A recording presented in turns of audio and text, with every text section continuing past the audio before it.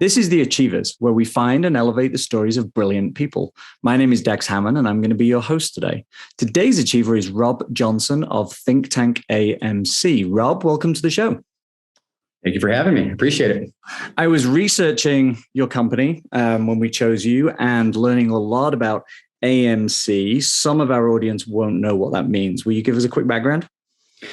Sure. We are in a little gray niche area. I've never met anybody who's actually at a bar or a restaurant where anybody's actually known what an AMC is. So I've never taken offense to it.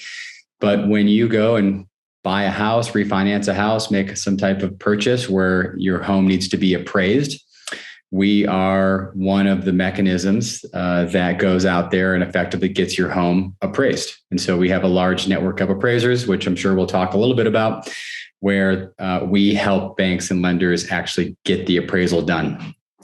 One of the things I found fascinating about your space is so many lenders who have to book an appraiser don't even really seem to know that they can choose an AMC. They have these systems, these terminals that they sit in front of, and they're going through the process and it says request an appraisal and off it goes to some default group. Do you find that a big part of your effort is to make lenders know you exist and they have a choice?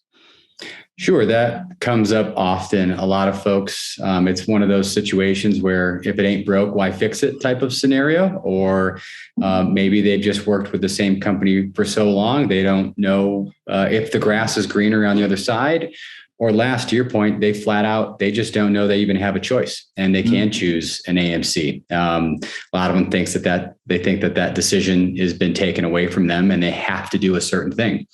And oftentimes they're compromising quality, communication, pricing, things like that are really important in the loan process. So what led you to this industry and to decide to take on this challenge? Good question. A lot of folks might think that getting an appraisal is just sending someone out there and getting your home appraised. There's a lot of background that is happening, a lot of things in the background that are happening, and it's very software focused. So my background is actually roughly 20 years in software as a service space, and a lot of the things that are going on in the background to potentially receive an order from a lender or a bank, receive it on our end, get it then assigned to an appraiser. All of that is multiple software platforms and multiple software integrations. So that's kind of one half of it. On the other half, my business partner and chief appraisal officer, Adam Millson, he's also a veteran. So we're veteran owned and operated business, which we love to share with people. He's the appraiser. So we were sitting down talking about it and thinking about the strengths of his ability from the appraisal side and mine from the software side. And we already had a couple licenses in Colorado and Texas. And so that was the impetus to getting it going. And then it kind of just spread like wildfire from there. So how do you make your first sort of break into this? And what was a turning point that meant you went from trying to get people to even know they can choose someone like you to the significant success that you're experiencing now? Yeah. So I think a lot of folks that might listen to this video, this podcast, they might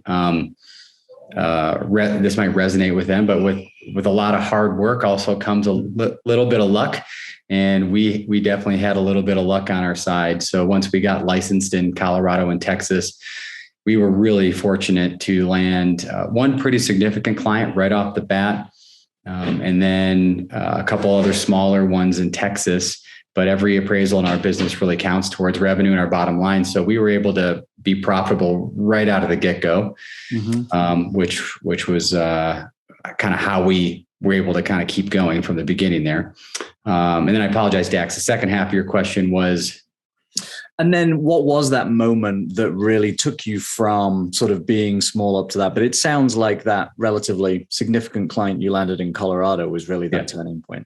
Yeah. Yeah. And then I'm a sales guy at heart, been in sales my whole life. And so I can't help myself. I did a lot of outreach, and we had to bring on new clients. And again, just a little bit of hard work. And before we knew it, we had 5, 6, 10 clients.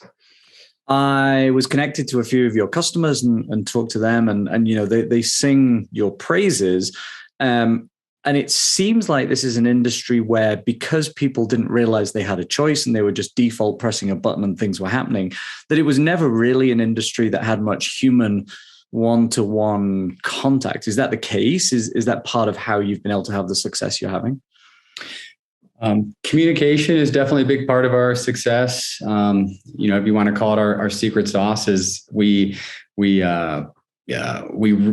as a service provider, the only thing that we really can offer our clients is that higher level of service, a human touch point. We've definitely heard from other lenders and brokers and clients out there that they've never even spoke to a human before at their AMC.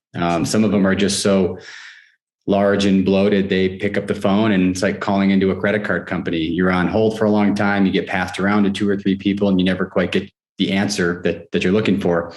I can assure you, if my phone rang right now during this, it would be an appraiser or a homeowner or a client, and this owner of the company would end up picking it up, right? So as a result of that, they get a very high level of customer service. And if I'm not picking up the phone, one of our staff members, one of our order specialists or appraisal reviewers or somebody's picking up the phone. And again, if they send a text message or an email, the whole entire team gets it. So we're definitely a boutique firm. We're not hundreds or thousands of employees. We're definitely a boutique company. And with that, I think comes a much higher level service. Mm-hmm. I definitely heard from a bunch of lenders that the idea of sitting on that call waiting, right? That classic thing of your call is important to us. Well, it's not that important, is it? If you're not picking it up. So that's interesting. Do you find you tend to work best or are chosen by a certain type of lender or broker? Not necessarily. There's a delineation between working with residential home loans and commercial home loans and appraisals, I should say. Mm-hmm. So we focus on the residential side of things. We don't do commercial appraisals, so large buildings. We'll do apartments or complexes or multi-unit properties or things like that, things that aren't deemed commercial, but we focus on the residential side. Okay, that's interesting. And you're also licensed in more states, I think I saw, than probably a lot of AMCs. Yeah, we really wanted to spread ourselves across the U.S. as much as possible. We saw that as a benefit to some of our lenders who they struggle in really hard to locate states. So yeah, we're licensed in 23 states. Basically, kind of if you just, I won't name them all, but California all the way to basically Minnesota and down, and then a lot of the Gulf states we are licensed in.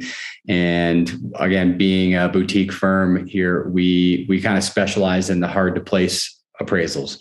Up in the mountains in Colorado here, Texas is a very large state with a lot of small towns and a lot of rural properties. So we focus in areas like that as well.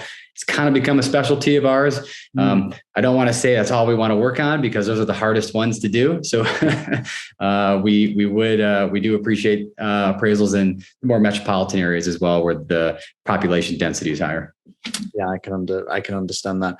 Yeah. For a layman like me, what's actually involved in appraisal? I think sometimes those of us not in the industry might think, well, someone might look at Zillow or Trulia and see what other things have sold for and sort of call it a day. When someone drives up to the mountains to go appraise a property, what are they actually doing?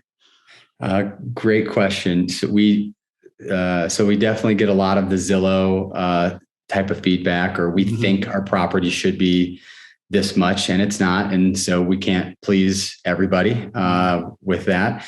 But if you're an appraiser and you're going out to a property, you are looking at the comps in the area, things that are actively on the market and what the sales price are, what's recently sold, similar size, similar lot size of the property, if it's acreage based or if it's square footage based. They're going out and measuring the property. They're taking photographs of all of the rooms, interior and exterior of the property.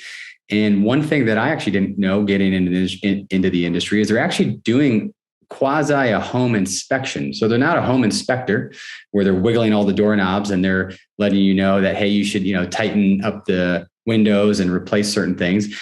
but they are looking for foundation issues and cracks and leakage and peeling paint. And they are actually identifying those aspects, and they're actually outlining those in their appraisal report. And they're doing that for the lenders so that the lenders know what they're lending on. Because what's interesting about being an appraiser is you are the only person, right? The only person other than the homeowner or the real estate agent for that matter, who is informing the bank of what they are about to purchase, right? Because the bank is really buying the house. Right. And so that is the one opportunity for the appraiser to say, hey, there's some foundation issues. You should have an expert come out and do this.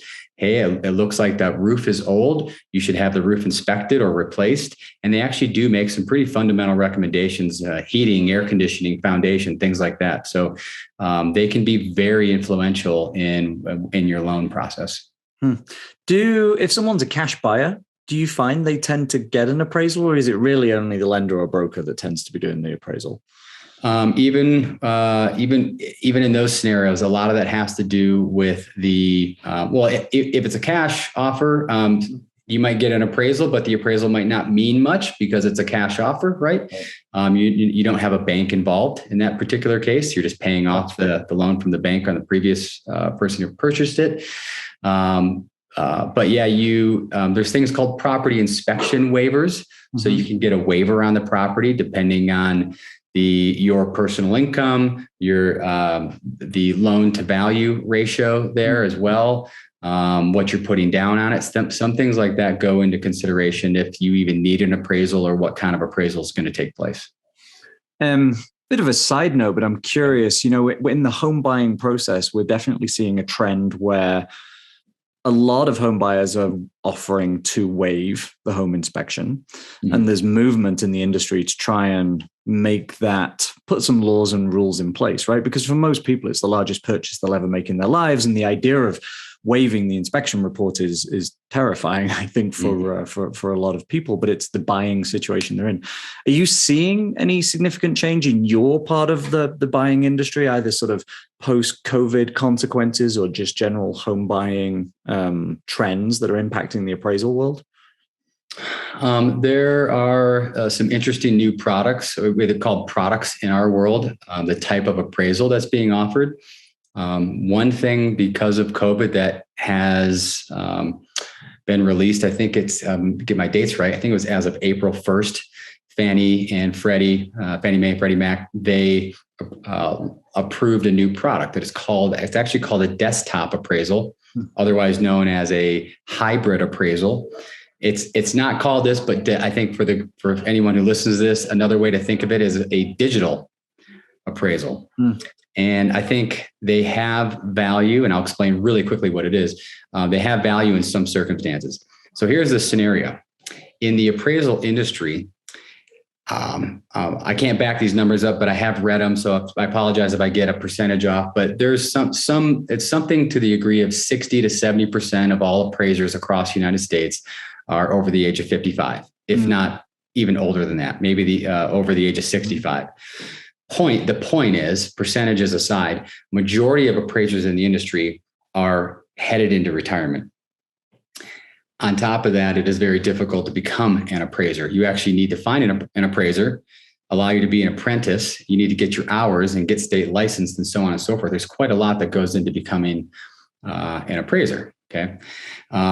So one of the ideas of this digital appraisal is you can have anybody who knows how to do this, you can get trained on it, go out to a property with a camera, take photographs of it, and measure the property. So do some of the basic things that a normal appraiser would do.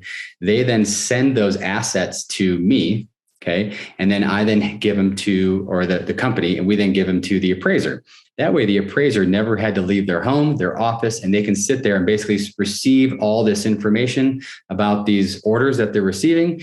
They can do the appraisal report at their desk.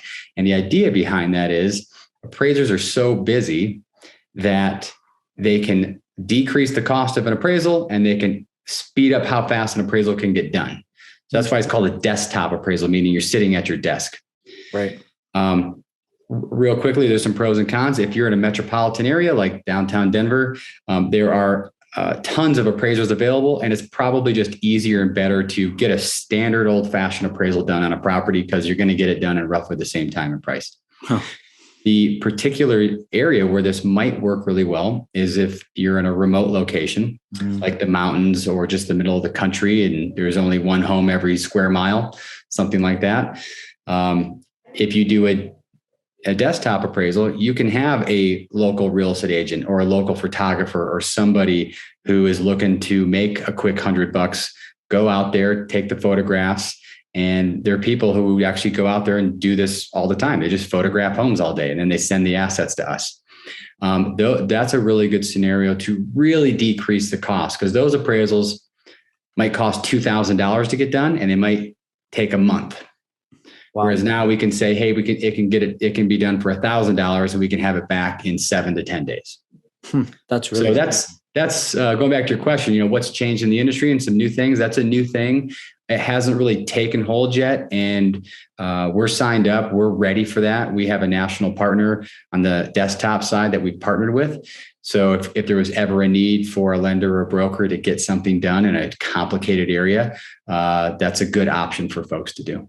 Well, if anyone in your industry is probably going to take advantage of that, given Think Tank has developed a bit of a speciality for the more remote places, I can imagine it'd be Think Tank.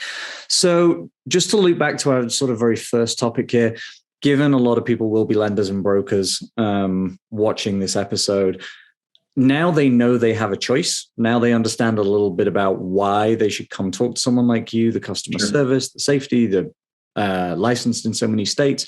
How do they go about choosing you when they're plugging into their systems? Yeah, well, if you are a broker and you are using a wholesale lender like Rocket Mortgage or UWM or Angel Oak or one of these other wholesale lenders that are out there, UWM is the biggest one. So anybody watching this definitely knows who they are, and they've probably worked with them in the past. We are approved with Rocket Mortgage. We're approved with UWM. In some of those instances, I know in particular with UWM, they actually have a portal. This is a lot of what I think the brokers don't know about choosing your AMC, is they actually have the ability to go in, they check their state, they then select which AMC that they want to use. I feel kind of bad for them because there's just a list of AMCs and they don't have any information on them. It's not like a profile on how great these companies are. So, but they do get a list of AMCs that are in their state. And they could then do some research on them. They could call us up. They could, one of them just the other day called us up and took a gamble on us. They just rolled the dice. They selected us. And it was kind of a cool story. They're a brand new broker. They knew that we were relatively new. There was like something in there indicating we were new with UWM. And he said, oh, it'd be great for 2 new companies to work together. So anyways, that is great. And also if they called you up and you actually answered, I mean, that says so much about the business. Yeah. I wish that guy could be on here because he filled out his vendor or his client profile and he got a phone call from me about 5 minutes later. He said, I haven't even finished filling out my form and you just called me. He's like, I know you guys are good if you guys are calling me already. Great. So it was kind of a cool scenario. That's great. Is there anything else you'd like our audience to know before we wrap up? I think we covered most of it. I mean, I truly mean this, right? We're fortunate to have built a fun boutique business here. We have had some success. We're not huge. We're a really small team. If you call us 5 times, you might get 2 or 3 different people and you're going to meet almost half the company. We have a lot of fun. We try to make appraisals fun and sexy if they can be. And why not, right? Yeah. And why not? It's a very interesting niche piece of the world that we operate in. And so we try to have fun with it. So I think that is conveyed to our clients. So anybody who sees this, try us out, sign us up. We'd be happy to work with you. That's great. And we're going to put some links in the on the page, in the show notes, et cetera, depending on how you're listening or watching this, where the audience can see links to your site and learn more, et cetera. Rob, congratulations to you and your team. You really have been great achievers so far with this business. Thank you very much for coming on. Thanks for having me. I appreciate it.